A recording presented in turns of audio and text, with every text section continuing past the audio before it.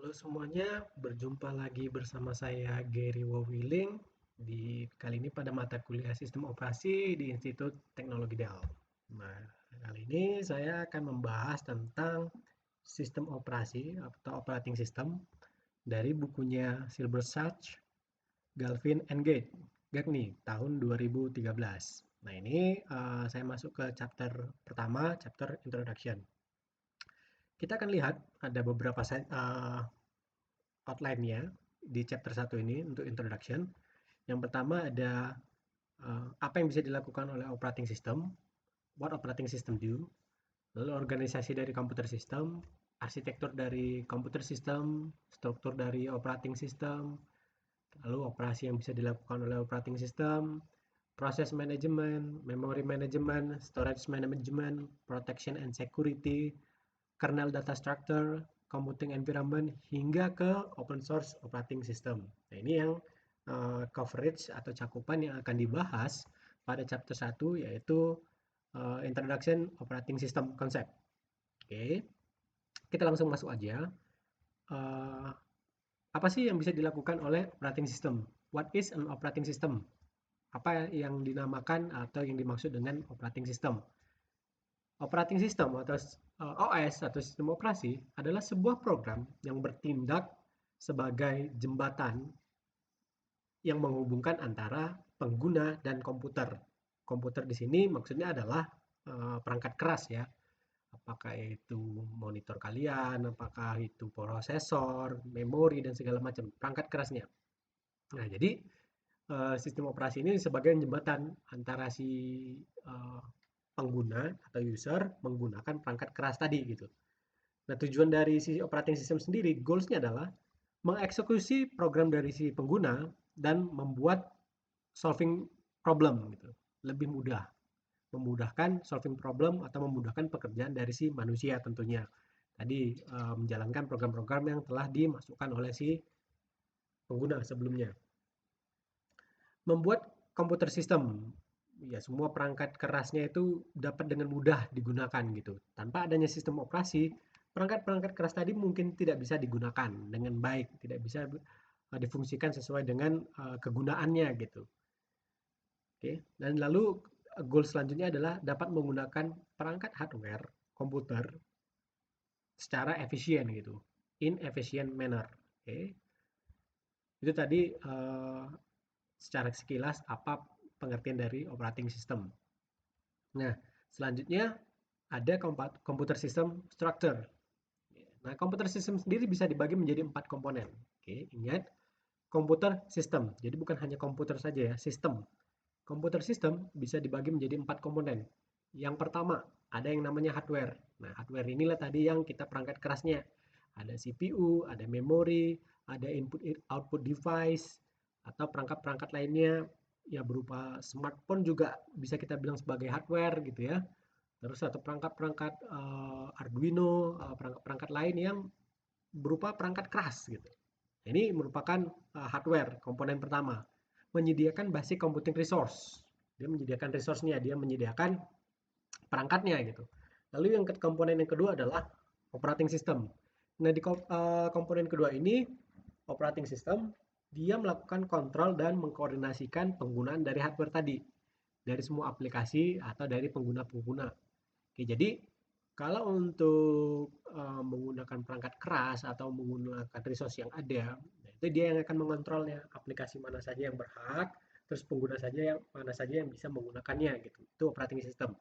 Nah, kalau bisa kita bilang kalau hardware itu adalah badannya, kalau kita analogikan sebagai manusia, hardware itu adalah badan, sementara operating system itu adalah jiwanya. Oke.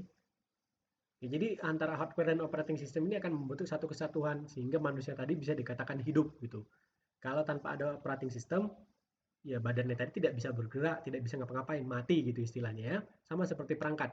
Perangkat kalau tidak ada operating systemnya, ya komputer tadi tidak akan berjalan sebagaimana mestinya gitu. Begitu juga sebaliknya. Kalau tidak ada hardware, operating systemnya akan ditempatkan di mana? Sama seperti manusia gitu ya. Kalau misalnya badannya sudah tidak ada lagi, jiwanya mau ditempatkan gimana gitu. Apakah jadi hantu atau pergi ke dunia lain gitu kan, bisa seperti itu maksudnya. Oke, lalu komponen ketiga adalah application program. Program atau aplikasi yang ada pada si sistem operasi. Oke, dia mendefinisikan bagaimana caranya sistem atau resource yang digunakan dapat melakukan solving atau memecahkan masalah yang ada pada masalah-masalah yang dibuat atau untuk mempermudahkan pekerjaan si manusia itu sendiri. Aplikasi contohnya adalah ada word processor, compiler, web browser, database system, video games gitu, musik player, video player, dan segala macamnya aplikasi yang ada pada sistem operasi itu dinamakan application program. Oke, jadi sistem operasi tanpa application program pun akan sia-sia karena ya tidak ada yang bisa mempermudah pekerjaan manusia. Dibilang hidup memang, komputernya memang hidup gitu ya, ada hardware-nya, ada sistem operasinya. Tapi kalau tidak ada application di dalamnya, itu akan sangat repot. Tidak ada yang bisa mempermudah pekerjaan manusia. Lalu yang terakhir komponen dari komputer sistem sendiri adalah users atau pengguna. Oke, ya di sini user sendiri itu bisa di dalamnya adalah orang atau mesin. Nah, mesin ini kita anggapannya adalah AI, artificial intelligence yang sudah berpikir seperti manusia gitu. Atau komputer lain yang memang diprogram untuk menjalankan satu komputer gitu. Nah, komputer lain ini juga ujung-ujungnya nanti kembali lagi kepada AI, artificial intelligence gitu. Bisa menggantikan posisi manusia untuk menggunakan perangkat keras yang sudah diinstalkan sistem operasi di dalamnya dan banyak aplikasi atau program di dalam hal tersebut. Nah, ini keempat komponen yang ada pada komputer sistem.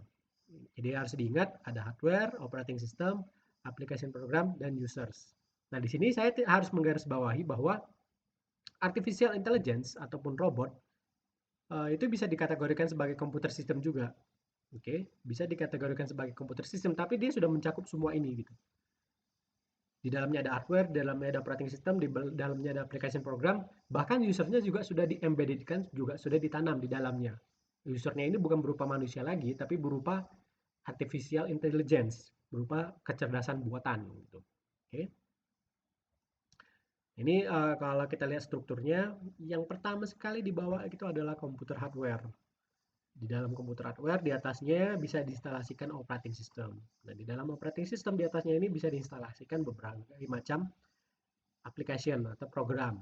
Ada compiler, ada assembler, ada text editor, database system, music player, games, video player, browser, dan segala macamnya.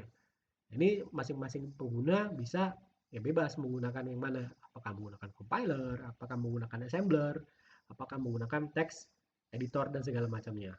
Oke, ini 4 komponen utama yang ada pada komputer sistem. Nah, 4 komponen ini nanti bisa dibagi-bagi lagi sesuai dengan fungsi dan kegunaannya. Tapi kategori besarnya atau komponen utamanya adalah 4 ini. Oke, apa sih yang bisa dilakukan oleh sistem operasi? What operating system do? Nah, tergantung dari point of view-nya. Apakah si pengguna mau convenience atau ease of use, kemudahan dalam menggunakan, atau good performance, performance yang baik tanpa memikirkan yang namanya resource. Utilisasi atau peningkatan resource ini nggak perlu diperhatikan gitu ya. Yang penting dia, oh saya nyaman menggunakan komputer. Komputer saya performansinya tinggi, dapat mempermudah pekerjaan saya. Nah, itu yang dimaksud dengan one convenience, ease of use, good performance, tanpa memikirkan resource utilization. Di satu sisi ada lagi yang namanya shared komputer, komputer yang saling sharing, saling berbagi gitu. Seperti mainframe, mini komputer. Nah, ini tujuannya apa ya? Tujuannya pasti untuk membuat penggunanya atau siapa saja pun yang melakukan atau yang memanfaatkan komputer tadi ya senang gitu ya, bahagia gitu. Pekerjaannya dapat dipermudah gitu oleh namanya komputer sistem gitu. Nah, ada lagi juga operating system yang diinstalkan pada work system dedicated. Ini dedicated work system seperti laptop yang kita miliki, personal komputer yang kita miliki di rumah, atau smartphone yang kita miliki. Itu seperti workstation dedicated gitu ya. Resource-nya punya resource yang dedicated, jadi nggak kita sharing sama siapapun, nggak kita bagi sama siapapun. Tapi biasanya juga bisa menggunakan resource yang ada di server atau di cloud. Oke. Jadi kita misalnya di dalam kita buka website gitu ya, kita bisa mengupload file di server atau resource orang lain gitu, bukan di lokal kita. Oke. Nah biasanya memang komputer yang seperti ini resource-nya itu poor, penanganan resource-nya itu sangat jelek gitu ya. Kita ya yang namanya laptop, yang namanya personal komputer kita jarang sekali kita maksimalkan penggunaannya. Resource-nya jarang sekali kita gunakan gitu. Oke. Lalu selanjutnya adalah apa sih dari definisi dari operating system itu? Bisa dikatakan OS itu sebagai resource allocator. Operating system adalah sebuah resource allocator. Apa yang dimaksud dengan resource allocator? Ya dia mengontrol, memanage, menangani sebenarnya semua resource yang ada, apakah itu monitor, apakah itu keyboard, apakah itu mouse, CPU, memori, cache, register, segala macamnya itu diatur dia. Oke, aplikasi mana saja yang berhak memakainya, user mana saja atau pengguna mana saja yang berhak menggunakannya. Itu yang dibilang sebagai resource allocator. Dialokasikan. Resource ini untuk aplikasi A, resource ini untuk pengguna B gitu misalnya. Oke. Sehingga tidak terjadi di dalamnya yang namanya conflicting request gitu ya. Decide between conflicting request. Untuk apa? Untuk ya pastinya efisiensi dan penggunaan resource yang fair atau yang adil gitu ya. Lalu user operating system itu adalah sebuah control program. Kontrol program di sini maksudnya dia melakukan kontrol terhadap apa saja aplikasi atau program atau kode-kode yang dapat dijalankan. Ya tentunya untuk menghindari error atau untuk menghindari penggunaan yang tidak pas pada komputer gitu. Ya kita tidak mau kalau misalnya semua aplikasi yang kita instalkan, kita jalankan itu sembrono. Harus ada operating system yang mengontrol hal tersebut. Supaya apa? Supaya ya bisa saja nanti satu aplikasi itu mungkin kalau memang tidak pas, tidak sesuai dengan spesifikasi hardware kita, itu tidak bisa diinstalkan gitu. Nah, tadi balik lagi tujuannya adalah untuk efisiensi penggunaan komputer sehingga komputernya memang sesuai dengan pemanfaatannya yaitu untuk mempermudah pekerjaan manusia. Oke. Ya walaupun dibilang sebagai resource allocator ataupun kontrol program, sebenarnya tidak ada definisi yang utama. No universal accepted definition untuk apa yang dinamakan sebagai operating system atau sistem operasi. Semua yang dilakukan atau di vendor oleh di ship atau dibungkus atau dikirimkan oleh si vendor ketika kalian mengorder operating system itu bisa kita bilang sebagai operating system ya. Jadi ya bebas tergantung dengan si vendornya apa saja yang mau dimasukkan di dalamnya. Tentunya varies widely gitu kan. Bervariasi, sangat bervariasi. Banyak kita ketahui vendor-vendor operating system gitu ya. Apakah basisnya ada yang Microsoft, ada yang Linux, ada yang macOS, ada yang Macintosh, ada yang lain-lain banyak sekali gitu ya. Itu satu sama lainnya berbeda-beda. Ya walaupun tetap tujuan utamanya adalah mempermudah pekerjaan manusia. Nah, tapi ada satu yang selalu berjalan di setiap komputer dan di semua sistem operasi, yaitu kita bilang sebagai kernel. Nah, kernel ini kita bisa bilang sebagai otak utamanya gitu ya. Intinya, ya kalau pernah kalian dengar inti dari inti gitu ya, operating system itu udah inti, kernel ini intinya lagi gitu. Jadi yang bisa menjalankan operating system itu dapat berjalan yaitu karena adanya kernel tadi. Ada juga yang namanya sistem program atau application program yang diinstalkan pada sistem operasi. Jadi memang tidak ada bahasa baku, definisi baku untuk yang namanya operating system. Tapi bisa kita ketahui bahwa semua operating system tujuan utamanya adalah untuk mempermudah pekerjaan manusia, mempermudah agar si hardware itu dapat digunakan. Oke. Nah, ketika kalian melakukan startup, ada komputer startup namanya ya, ketika memulai pekerjaan. Oke, ada yang namanya bootstrap program. Nah, ini diisi pada atau dijalankan ketika kalian menghidupkan komputer atau laptop kalian. Nah, ini dinamakan bootstrap program. Biasanya ini disimpan pada read only memory atau erasable programmable read and only memory, ROM atau EEPROM. Nah, ini kan sifatnya adalah memori yang non volatile gitu ya. Dia dapat terus disimpan tanpa adanya arus listrik. Ia biasa dikenal sebagai firmware gitu. Jadi dia yang namanya bootstrap program ini menginisialisasikan semua aspek dari sistem, apakah dari state-nya, dari misalnya jam, contoh paling utamanya gitu kan, jamnya, konfigurasi bahasa, konfigurasi areanya, terus konfigurasi-konfigurasi umum pada lainnya, konfigurasi-konfigurasi dasar lainnya. Nah, ini harus disimpan pada bootstrap program yang tersimpan pada biasanya pada ROM, read only memory. Oke, dan dia dapat melakukan mengeload yang namanya operating system kernel dan start execution. Tanpa adanya bootstrap program, biasanya komputer kalian akan bermasalah, laptop atau komputer kalian akan bermasalah. Kalau kalian pelajari misalnya di mata pelajaran AOK, arsitektur dan organisasi komputer, kalau bootstrapnya bermasalah, pasti ada bunyi beep gitu ya. Beep, beep, beep, beep. Apakah bootstrapnya bermasalah atau perangkat-perangkat lain yang tidak sesuai gitu. Oke, itu ketika komputer pertama kali di start up. Nah, selanjutnya ada komputer system organization. Di sini ada CPU, bisa kalian lihat ada disk controller, USB controller, graphic adapter, ada memori. Nah, rangkaiannya yang sama seperti ketika di arsitektur dan organisasi komputer. Ada manajemen memori yang memanage semua perangkat yang ada di sini untuk menggunakan memori dengan fair gitu tadi. Lalu ada CPU yang bisa menjalankan execute concurrently. Masing-masing device controller itu berhak untuk melakukan particular device type, melakukan local buffer, terus CPU memindahkan data dari atau menuju main memory atau menuju ke local buffer dan sebagainya macamnya. Itu komputer system operation. Oke. Nah, kalau kita bilang berbicara tentang operating system ini adalah interrupt driven. Dalam artian dia bekerja sesuai dengan fungsi interrupt gitu. Nah, interrupt transfer control menginterupsi service rutin secara general gitu ya. Yang namanya interrupt vector. Yang mana di dalamnya ada alamat, ada service rutin. Service rutin di sini ya pekerjaan yang dilakukan secara rutin gitu ya. Nah, ini interrupt driven. Jadi kalau misalnya tidak ada pekerjaan sama sekali, semua akan idle atau semua akan tenang-tenang saja, santai-santai saja gitu semua perangkat yang ada di dalam sistem komputer tadi. Tapi ketika ada suatu fungsi, nanti akan ada interrupt. CPU misalnya, saya mau minta ini dong, CPU akan mengirimkan interrupt.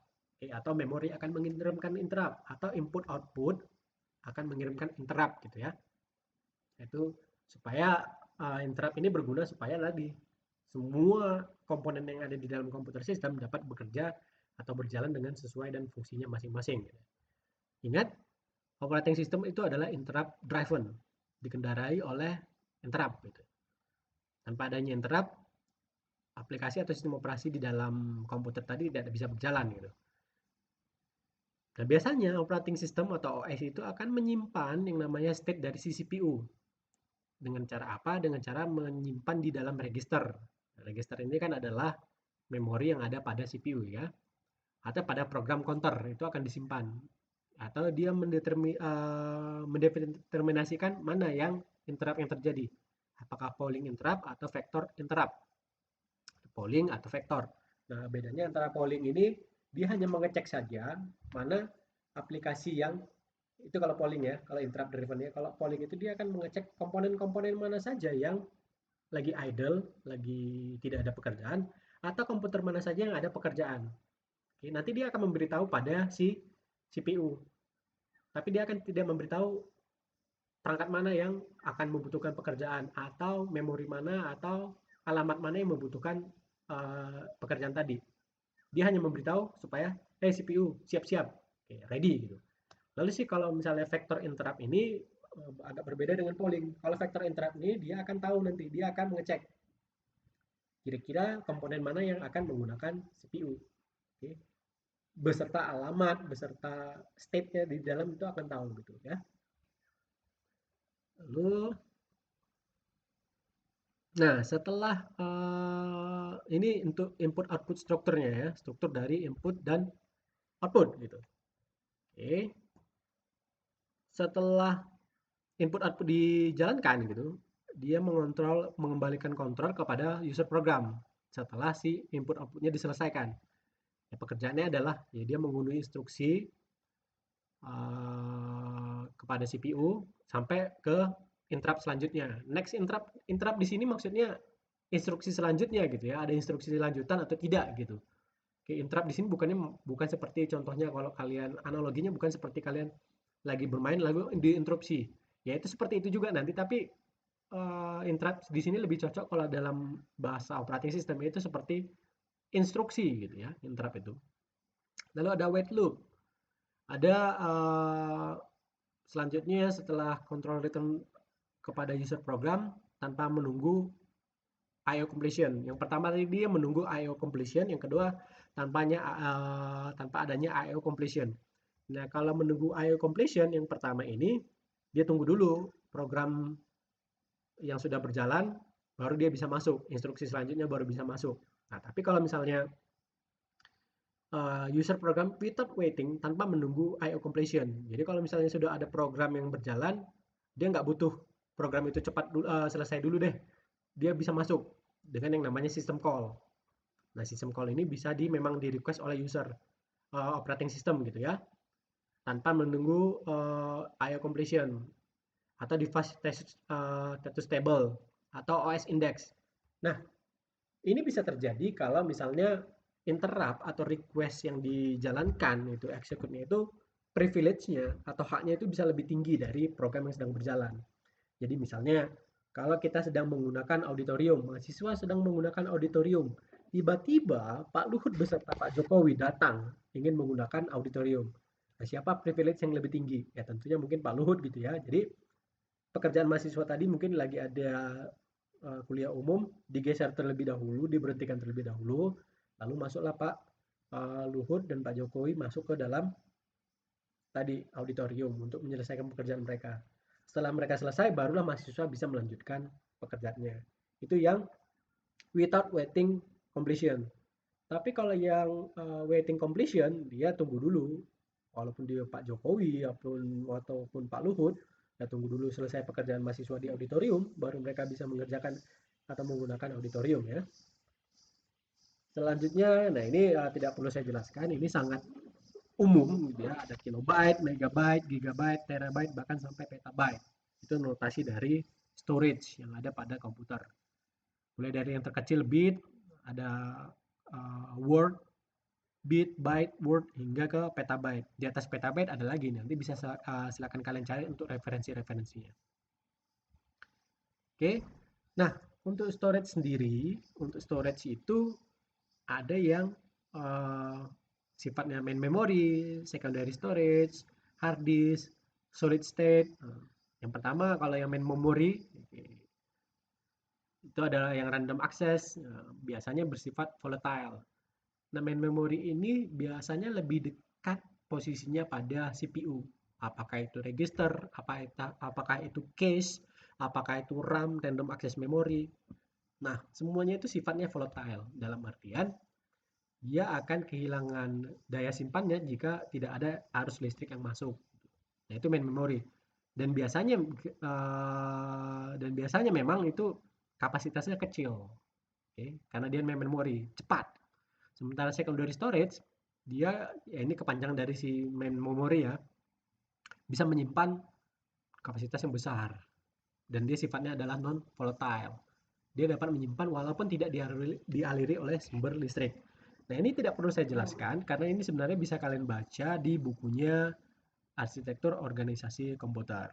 Oke, hanya penjelasan singkat saja. Oke. Nah, ini kalau kita lihat dari hierarkinya, mulai dari atas ada register, case, main memory, magnet, sehingga bawahnya itu ada magnet tape gitu ya. Nah, register ini adalah memori yang paling dekat dengan CPU dan ini yang paling cepat diakses oleh CPU untuk mengakses data gitu. Nah, selanjutnya ada yang namanya caching gitu ya. Ada di sini caching. Important principle-nya adalah perform at many level pada komputer. Ada cache level 1, cache level 2, Cache level 3 selanjutnya ada di hardware, ada di operating system, ada software. Oke, informasi itu digunakan copy dari slower to faster storage secara temporary.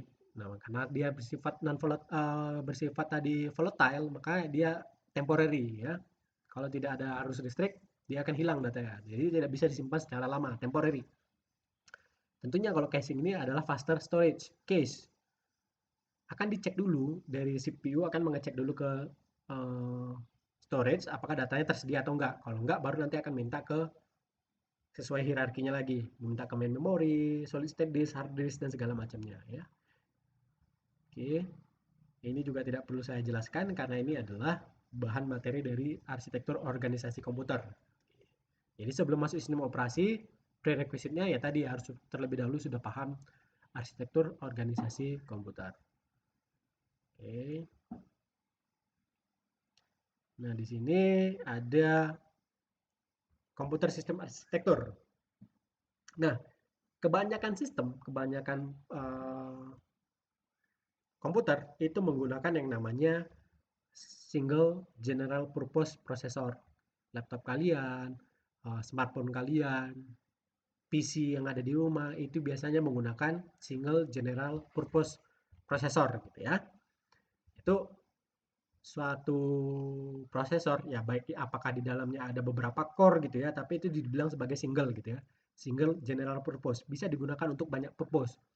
Bisa untuk Word, bisa untuk main game, bisa untuk nonton video, bisa untuk menjalankan database, browser segala macamnya. Itu yang dibilang sebagai general purpose. Banyak banyak tujuannya secara general, secara umum. Nah, ada lagi yang namanya multiprosesor gitu.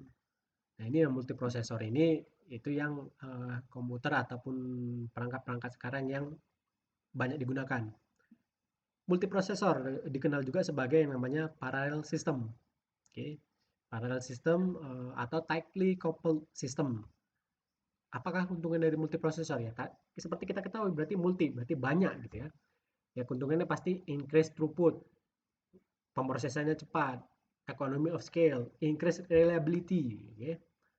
Graceful degradation or fault tolerance bisa uh, meningkatkan fault tolerance itu bisa ditangani dengan baik gitu.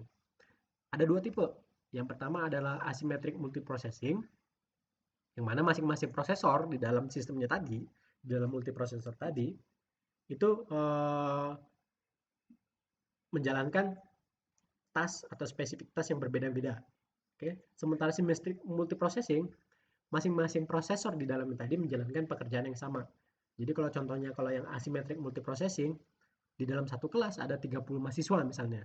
Semua mahasiswa, kalau yang asimetrik, masing-masing mahasiswa mengerjakan pekerjaan yang berbeda-beda. Oke, sementara kalau symmetric multiprocessing, semua mahasiswa mengerjakan pekerjaan yang sama. Itu bedanya antara asymmetric multiprocessing dengan symmetric multiprocessing.